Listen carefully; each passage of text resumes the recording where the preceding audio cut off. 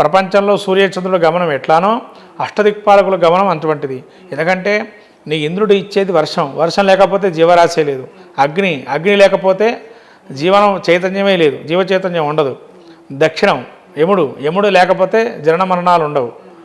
నైరుతి, ఇవి మూడు ఉన్నట్లయితే ఈ మూడిటికి యాంటీనా కనెక్షనే నైరుతి. అంటే ఇవన్నీ జరగాలి అంటే దీనికి ఒక మనిషి జీవం ఉండాలి. ఆ జీవం అంటే చిన్న విత్తనంతో సమానం నైరుతి.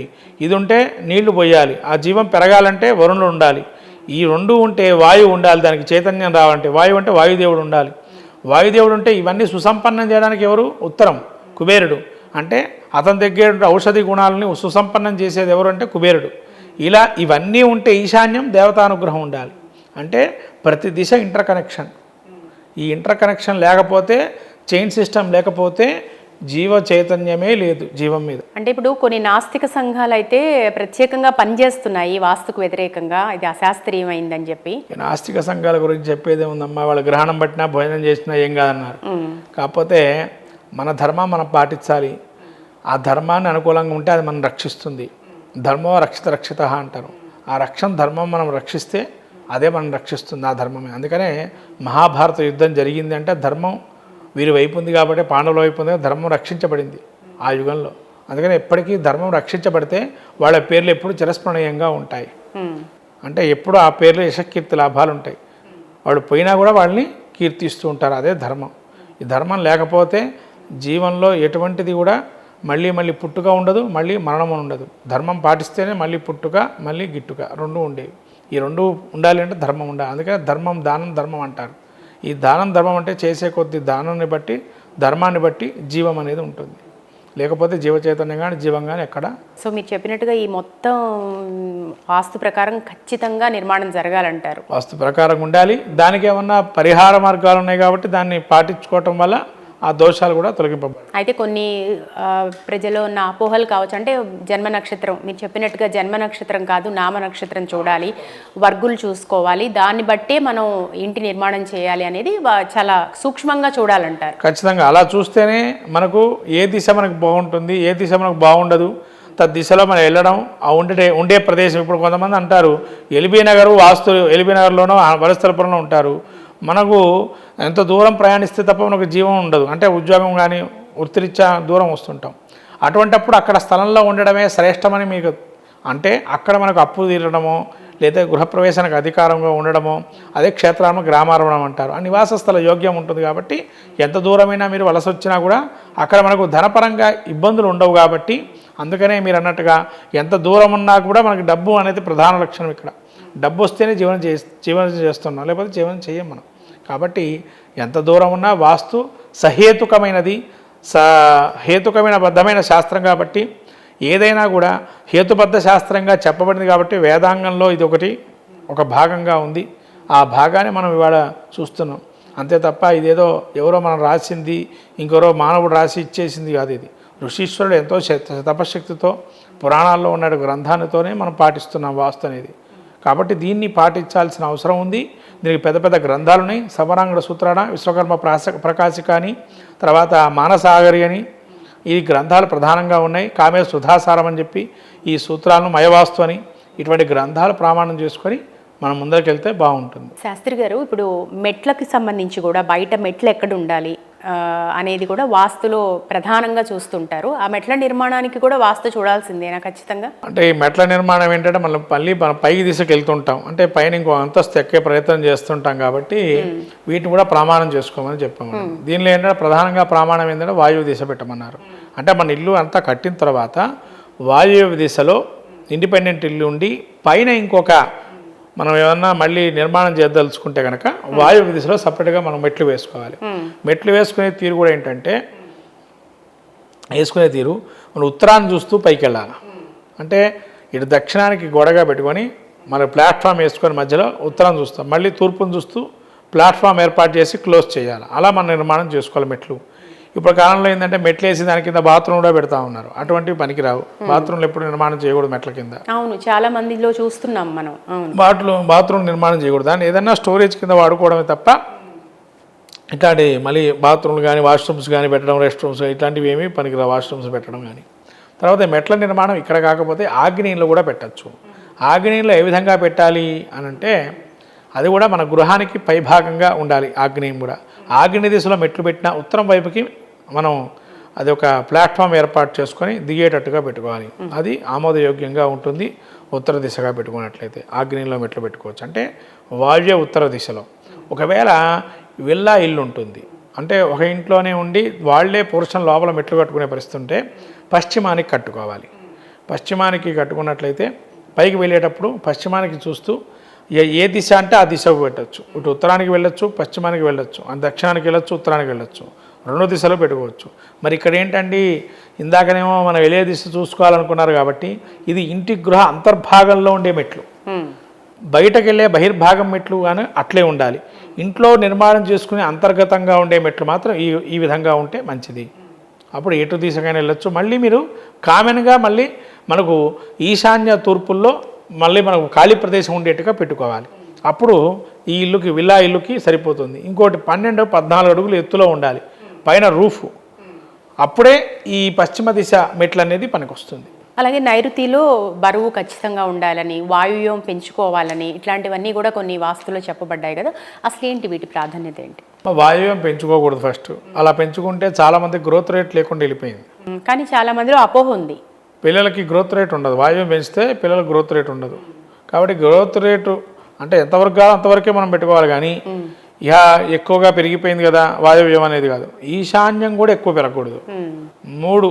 3 అడుగులు 3 అడుగుల నుంచి 5 అడుగుల లోపే, అంతకన్నా పైకి పెరగకూడదు ఈశాన్యం కూడా. తర్వాత మీరు ఈ యొక్క నైరుతి దిశ ఏంటంటే రాక్షసాది నరవాహనుడు కాబట్టి ఆ దిశలో ఎక్కువగా మనం ఈ యొక్క బరువు ఉండే ప్రదేశాలుగా చెప్పి ఇప్పుడు ధనం అంతా కూడా అక్కడే పెడుతున్నాం. అంటే వీడు పెట్టుకునే ధనాన్ని ఎందుకంటే ఒకప్పుడు ఉత్తర దిశలో కదా కుబేరుడు ఉండేటువంటిది, ఉత్తర దిశలో. పూర్వకాలంలో బీరువా అనేది ఉత్తరం ముఖంగా పెట్టాలండి. ధాన్యశాల ధనశాల అన్నీ ఉత్తరంలో ఉండాల్సింది. ఇప్పుడు కాలంలో నైరుతిలో పెట్టుకోవడం కారణం ఏంటంటే తన పండుకునేటువంటి దిశ ఏదైతే ఉంటుందో మానవుడికి ఇక్కడ దక్షిణం తలాపు పెట్టి పండుకోమంటాం. ఈ దక్షిణం తలాపు పెట్టి పండుకున్నప్పుడు తన యొక్క దక్షిణ తలాపుకి కుడివైపున ధనము అనేటిది పెట్టుకోమన్నాం. అంటే కుడివైపున ధనం అంటే ధనాగారం అని ఇప్పుడు కాలంలో నైరుతిలో పెడుతున్నారు ధనాగారం. ఈ నైరుతిలో ఉండే ధనాగారం ఏంటి అంటే మన జీవనం చేసేది మానవుడు నిత్యం కూడా ధనం మూలం ఇదం జగత్తు, ధనం కోసమే కాబట్టి తన చేతి కిందనే ధనం ఉండేట్టుగా పెట్టుకున్నాడు. అంటే ఎడం చేతి ధనం ఇది. అంటే కుడి చేతి కూడా ధనం ఉండదు మనకి. పడుకున్నప్పుడు ఎడం చేతి వైపు ఉంటుంది ధనం. అంటే ఈ ఎడం చేతి ఉన్న వాటం ఏంటండి అని అంటే ఎవరికైనా సహాయం చేసేట గుణం ఉండాలన్నా ఏదైనా కుడి చేతితో మనం ఏదైనా పని చేసేటప్పుడు మంచివి ఎందుకోవాలి. అది ద్రవ్యము డబ్బు శుద్ధి కూడా ఉండాలి, ద్రవ్యశుద్ధి అంటారు. ఆ ద్రవ్యశుద్ధి ఉన్నప్పుడే ఆ ధనానికి అధికారం ఉంటుంది. కాబట్టి ద్రవ్యశుద్ధి కూడా ఉండాలి. అందుకని తలాపు కింద చేతి కింద పెట్టుకొని ఉంటాడు అలమారి అంతా కూడా.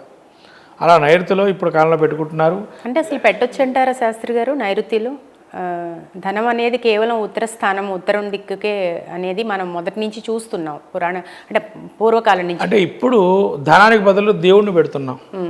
పూర్వకాలం కూడా ఉత్తరంలో దేవుని పెట్టేవాడు. ఇప్పుడు ఈశాన్యంగా మారిపోయాడు స్వామి కూడా. ఇదివరకు ఉత్తరంలో దేవుని పెట్టుకునేవారు. అదే స్థానంలో దేవుడు ఉండే గదిలోనే ధనం కూడా ఉండేది. అదే ధాన్యశాలకు ఉండేది, అన్నీ మడిగా ఉండేవి, అన్నీ అక్కడే పెట్టుకునేవారు. ఇప్పుడు కాలంలో నైరుతిలో పెడుతున్నారు. ఉండొచ్చా అంటే తనకు ధన లాభాపేక్ష లేకుండా ఏ పని చేయలేడు కదా. అందుకని ఆ దిశలో అతను ఉండడానికి కారణం ఏంటంటే రాక్షసుడు శ్రమజీవిగా ఉండడం వల్ల ఆ యొక్క గుణాలు ఉంటాయి కాబట్టి ఆ దిశలో బరువు ఉండాలి అని చెప్పి పెట్టడమే కాదు, ధనంగా దానికి ఆకర్షణ శక్తి ఉండాలి కాబట్టి అక్కడి నుంచి ఆకర్షణ శక్తి దైవశక్తి ఎదురుగా ప్రసరిస్తుంది కాబట్టి వీడు ధనదాన సంపత్తులు కలిగి ఉండాలని ఆశీర్వచనంతో నైరుతిలో ఈ యొక్క దిశ పెరిగింది ఇప్పుడు కాలంలో. అందుకని నైరుతి దిశలో ఉండొచ్చు ఇప్పుడు కాలం ప్రమాణంలో. అయితే పూర్వకాలం అయితే ధనం అనేది ఉత్తర దిశలోనే పెట్టుకోమన్నారు. ఇప్పటికీ ఉత్తరంలో పెట్టుకునేవారు కొంతమంది ఉన్నారు. ఇంకా ధనాగారాలు బీరువాలు ఇంకా ఉత్తర దిశలో కూడా ఉన్నాయి కొంతమందివి, పెట్టుకోవచ్చు. అయితే సింహద్వారాలకి సంబంధించి ఇప్పుడు ఒకే తలుపుని పెట్టుకుంటున్నాం మనం, ఒకే డోర్. కానీ పూర్వకాలంలో మాత్రం 2 డోర్స్ ఉండేవి. రెండింటిని తెరిచి మళ్ళీ రెండింటిని క్లోజ్ చేసేవాళ్ళు. అంటే ఆ రకంగా ఉంటేనే మంచిది, ఇప్పుడు ఒక్క ద్వారం వాడటం అంత మంచిది కాదు అని కూడా శాస్త్రంలో చెప్పబడింది. మరి ఎట్లా చూడాలి? మరి ఇప్పుడు ఎవరు కూడా 2 ద్వారాలు వాడుతున్నట్టుగా కనిపించట్లేదు. ఈవెన్ ఇండిపెండెంట్ హౌసెస్ నిర్మించుకుంటున్న వాళ్ళు కూడా ఒక్కటే ద్వారాన్ని నిర్మిస్తున్నారు. అసలు విషయానికి వస్తేనమ్మా, అసలు మన ఇంటి ప్రధాన ద్వారం లక్షణం ఏంటి అంటే 2 తలుపులు ఉండాలి, 2 కిటికీలు ఉండాలి, పైన వెంటిలేషన్ ఉండాలి. దానిపైన వెంటిలేషన్ పూర్వకాలంలో మీరు గ్రామాల్లో చూస్తే ఉంది, ఇప్పుడు కాలంలో కూడా తలుపులకి 2 ఉంటున్నాయి కానీ సింహద్వారానికి మాత్రం ఒకటే. సింహద్వారం అంటే ఒక కన్నే ఉన్నట్టు, 2 కన్నులు లేనట్టే దానికి. అంటే ఈ యొక్క ద్వారం యొక్క తలుపుల విషయానికి వస్తే కనుక నుదురు భాగం వెంటిలేషను, ఈ 2 కిటికీలు, 2 చెవులు, కింద కవచ కొండలాలు, ఇదివరకు అద్దం పెట్టి కవర్ చేశారు వారు. ఈ పైన ఉన్నటువంటి తలుపుల మీద ఉండేటువంటి ఈ ద్వారం ఏదైతే నాలుక, అంటే ఈ నాలుకతో పండ్లు 2 ఉంటాయి కాబట్టి దాన్ని ఇంక్లూడ్ అయి ఉంటుంది కాబట్టి మనం అందుకనే ఈఎన్టీ డాక్టర్ అంటాం, కానీ ఈ టీత్కి సపరేట్ డాక్టర్ కానీ దానికి సపరేట్ డాక్టర్ పెట్టాం. అంటే ఈ భాగం అంతా ఒకటే, అందుకని అవన్నీ ఒక సెట్గా ఉండాలి. ముక్కు, నాలుక, పండ్లు, చెవులు. మరి ఎందుకని మార్పు వచ్చిందంటారు శాస్త్రి గారు? మామూలుగా ప్రతిదీ అపార్ట్మెంట్ తీసుకున్నా కూడా వాస్తుని చూసుకొని తీసుకుంటున్న ఈ రోజుల్లో మనం ఇందాక మాట్లాడుకున్నట్టు చిన్న చిన్న అద్దము, గడియారం వీటికి కూడా వాస్తు చూసుకుంటున్నప్పుడు ముఖ్యంగా ఉండే సింహద్వారానికి ఎందుకు ఇలా చేంజ్ చేసుకున్నారు? అంటే ఒకే తలుపుని పెట్టుకోవడానికి కారణం ఏంటి? ఈ ఒకటే తలుపు అంటే ఇంకా వీరికి ఏంటంటే ఇప్పుడు కాలంలో ఆ లాక్ సిస్టమ్స్ మార్చారు కదమ్మా, పెద్ద లాక్ సిస్టమ్స్ పెడతా ఉన్నారు కదా, దానికి మార్చుకోవడమే తప్ప ఈ దక్షిణ దిశగా పెట్టుకోవాలి, ఉత్తర దిశగా మార్చుకోవాలన్నట్టు లేదు. అంటే ఒకప్పుడు లెఫ్ట్ ద్వారా అన్ని ఇంటి ప్రవేశం చేసేటప్పుడు లెఫ్ట్ ద్వారా ఎక్కువ ప్రవేశించమని చెప్పన్నారు. అంటే లెఫ్ట్కి మనం తలుపు తెరిచేటప్పుడు కూడా కుడివైపుకి తలుపు తెరవాలి అంటారు. అంటే దానికి లెఫ్ట్, మనకు కూడైనప్పుడు దానికి లెఫ్ట్ అవుతుంది ఇంటికి. అలా ఆ లెఫ్ట్ వైపు తెరుచుకొని ప్రవేశించమన్నారు ఆ యొక్క గృహానికి. అంటే ఒక ద్వారం ఎప్పుడూ పనికిరాదు, అది పనికి అసలు చేయకూడదు. అలా 2 ద్వారాలు ఉండాల్సిందే ప్రధాన ద్వారానికి. లోపల గదికి మీ ఇష్టం, కానీ ప్రధాన ద్వారం 2 గదులు ఉంటే 2 తలుపులు ఉంటేనే అది ఆమోదయోగ్యం. అవును, 2 తలుపులు ఇదివరకు ఇలా గడియేసి మధ్యలో లాక్ చేసేవాళ్ళు. ఇప్పుడు కూడా కొంతమంది లాక్ సిస్టమ్ అలా పెట్టుకుంటున్నారు. కానీ 2 కిటికీలు 2 తలుపులు ఉంటేనే అది ప్రధాన ద్వారం కింద లెక్క. ఒక ద్వారం ఉంటుంది, అది ద్వారం కింద లెక్కే కాదు, ప్రధాన ద్వారం కింద లెక్కే కాదు. విల్లాలన్నీ ఇప్పుడు అలే కడుతున్నారు. అవును, ప్రతి విల్లాకి అలానే కూడా, అది ఇండిపెండెంట్ హౌస్ కావచ్చు, అపార్ట్మెంట్ కావచ్చు, మనం ఎక్కడ చూడం అసలు, ఏదో పాత అప్పుడు జరిగిన నిర్మాణాలు తప్పించి. ఇప్పుడు చూడండి కొన్ని ద్వారాలు ఉన్నాయి, 8 అడుగులు 12 అడుగులు ద్వారాలు ఉన్నాయి, ఇవి 2 సమానంగా కట్ చేస్తారు. అలా కట్ చేసిందే వాస్తురీత్యా ప్రధాన ద్వారం బాగుంటుంది, అప్పుడే కట్ చేసే పెట్టుకోవాలి. అంతేగాని ఒకటే ద్వారం పనికిరాదు. ఎప్పుడైనా కూడా అందరూ కూడా గమనించాల్సిన విషయం, ప్రధాన ద్వారం 2 తలుపులు ఉండాల్సిందే, ఒక ద్వారం పనికిరాదు. వాళ్ళు ఇస్తా అంటే కూడా మీరు దాన్ని కట్ చేసుకొని దాన్ని ప్రధానంగా చేసుకోవాలి. ఇప్పుడు జనరల్గా వాస్తు గురించి చాలామంది, ఇప్పుడు వాస్తుని నమ్మని వాళ్ళు చాలామంది ఏంటంటే వాళ్ళ వాదన ఏంటంటే ఇది శాస్త్రీయత లేనే లేదు అని చెప్పి. అసలు వాస్తు శాస్త్రీయతపై మీరేమంటారు? శాస్త్రీయం లేనప్పుడు వాస్తురీత్యా కోట్లు ఎలా గణిస్తారు, డబ్బులు ఎలా సంపాదిస్తారు, మానసిక సంతోషాన్ని ఎలా పొందుతారు? ఇవన్నీ కూడా ఇప్పుడు ఇంట్లోకి వెళ్తే ఎంతో ఆనందంగా ఉంటారు కొంతమంది, అబ్బా ఇంటికి వచ్చేసాము హాయిగా ఉన్నాను అంటే. ఇక్కడ శాస్త్రీయత లేదని చెప్పడానికి లేదు. ఒక్కొక్క దిశ ఒక్కొక్క ప్రధానంగా మనకు చెప్పబడింది. అష్టదిక్పాలకులే ప్రధాన కారణం. అష్టదిక్పాలకు లేకపోతే ప్రపంచమే లేదు. ఇప్పుడు వాస్తు నిర్మాణంలో మనం ఇండిపెండెంట్ హౌస్, అపార్ట్మెంట్స్ ఇట్లా నిర్మాణం చేసుకుంటున్నాము. అయితే దేవాలయ నిర్మాణం జరుగుతుంటాయి, అంటే అక్కడ కూడా వాస్తు ఇదే విధంగా చూస్తారా? ఏమన్నా తేడా ఉంటుందా శాస్త్రి గారు? అక్కడ కూడా దేవాలయం వాస్తుకు వచ్చేటప్పటికి దానికి ప్రమాణం ఏంటంటే ధ్వజస్తంభం ప్రమాణంగా తీసుకుంటారు. ధ్వజస్తంభానికి తీసుకొని ఆ ధ్వజస్తంభానికి దక్షిణం వైపు అంతా కూడా ఎత్తుగా ఉండాలి కాబట్టి ఈవో ఆఫీసులు, గదులు, రెస్ట్ రూమ్స్ అన్నీ కూడా దక్షిణం వైపు పెట్టుకోవటం. ఉత్తరం వైపు అంతా కూడా దేవతా గది కాబట్టి అక్కడంతా పోవటానికి భక్తులందరూ బయటికి వెళ్ళడానికి దారి పెట్టుకోవడం అనేది మంచిది. ఈ దక్షిణం అనేటువంటి దిశ ఏదైతే ఉంటుందో దక్షిణ దిశలోనే ఆఫీస్ రూమ్లన్నీ కూడా దక్షిణ ద్వారం పెట్టుకోవడం వల్ల మంచి చేయకూడదు. ఇంకోటి, దేవాలయానికి ఆఫీస్ రూమ్కి ప్రహరీ కూడా నిర్మాణం చేయాలి. మనం ఈ మధ్యకాలంలో చూడటంలే కానీ ప్రహరీ కూడా కంపల్సరీ, దేవాలయానికి వేరే ప్రహరీ ఉండాలి. అది గమనించాల్సిన విషయం. లేకపోతే దక్షిణం ఎక్కువగా పెరిగిపోవటం వల్ల కూడా అనర్థాలు వస్తాయి, దేవాలయం ఉద్ధరణ కాకుండా ఉంటుంది. అందుకనే దేవాలయ ప్రమాణం తీసుకున్నప్పుడు దక్షిణానికి ఎంతైతే ఆ యొక్క మనం శాలా ప్రమాణం తీసుకుంటామో దాన్ని విభజించేసి పెట్టుకోవడం మంచిది. ఒకవేళ విభజన కాకుండా ఉండేటువంటి దేవాలయాలు కొన్ని ఉన్నాయి కాబట్టి సమానమైన ప్రమాణం ఉందా లేదా దక్షిణ వైపు ఎక్కువగా ఉందా మెజర్మెంట్ చేసుకోవాలి. ఆ దిశని దక్షిణ ఉత్తర దిశలు మెజర్మెంట్ చేసుకోవాలి. ఉత్తర దిశ ఎక్కువగా ఉందనుకోండి దక్షిణం తక్కువ ఉందనుకోండి పర్వాలేదు. ఒకవేళ దక్షిణం పెద్దగా ఉండి ఉత్తరం తక్కువగా ఉందనుకోండి, దక్షిణానికి ఎక్కువ ఉందనుకోండి, దాన్ని కట్ చేయాలి వెంబటే. కట్ చేసి దాని ప్రమాణం మందం రెస్ట్ రూమ్లు ఆఫీస్ రూమ్లు పెట్టుకొని మిగతా దేవాలయ ప్రహరికి పెట్టుకోవాలి. అలా పెట్టుకోవడం వల్ల ఆ యొక్క దేవాలయం ఉద్ధరణలోకి వస్తుంది, వాళ్ళు కూడా మంచి ఉన్నతిలో ఉంటారు. సో ఏదేమైనా కూడా వాస్తు ప్రకారం ఈ ఇల్లు నిర్మాణం చేసుకోవడం మంచిదే, కానీ మరీ ఎక్కువగా మూఢనమ్మకాలకు పోకుండా, లేదా ఏదైనా ఇంట్లో ఏదైనా అనర్థం జరిగినా భయాందోళనకు గురి కాకుండా సంయమనం పాటించాలి. అంటే అందరూ కూడా అర్థం చేసుకొని మన శాస్త్రంలో ఏం చెప్పబడిందో దానిలో ఉన్న మూల సూక్ష్మాలని పాటించాలి, కానీ భయభ్రాంతులకు గురి కావాల్సిన అవసరం లేదు. సో మీరు చాలా చక్కగా తెలియజేశారు స్టూడియోకి వచ్చి వాస్తు గురించి. ఇంకా చాలా విషయాలు మనం మళ్ళీ చర్చిద్దాము. ఇప్పుడైతే మనం బేసిక్గా కొన్ని విషయాలు చర్చించాం, ఇంకా కొన్ని సూక్ష్మంగా ఏమేం పాటించాలి ఏంటి అనేది. మరొకసారి మీకు నమస్కారం శాస్త్రి గారు. నమస్కారం.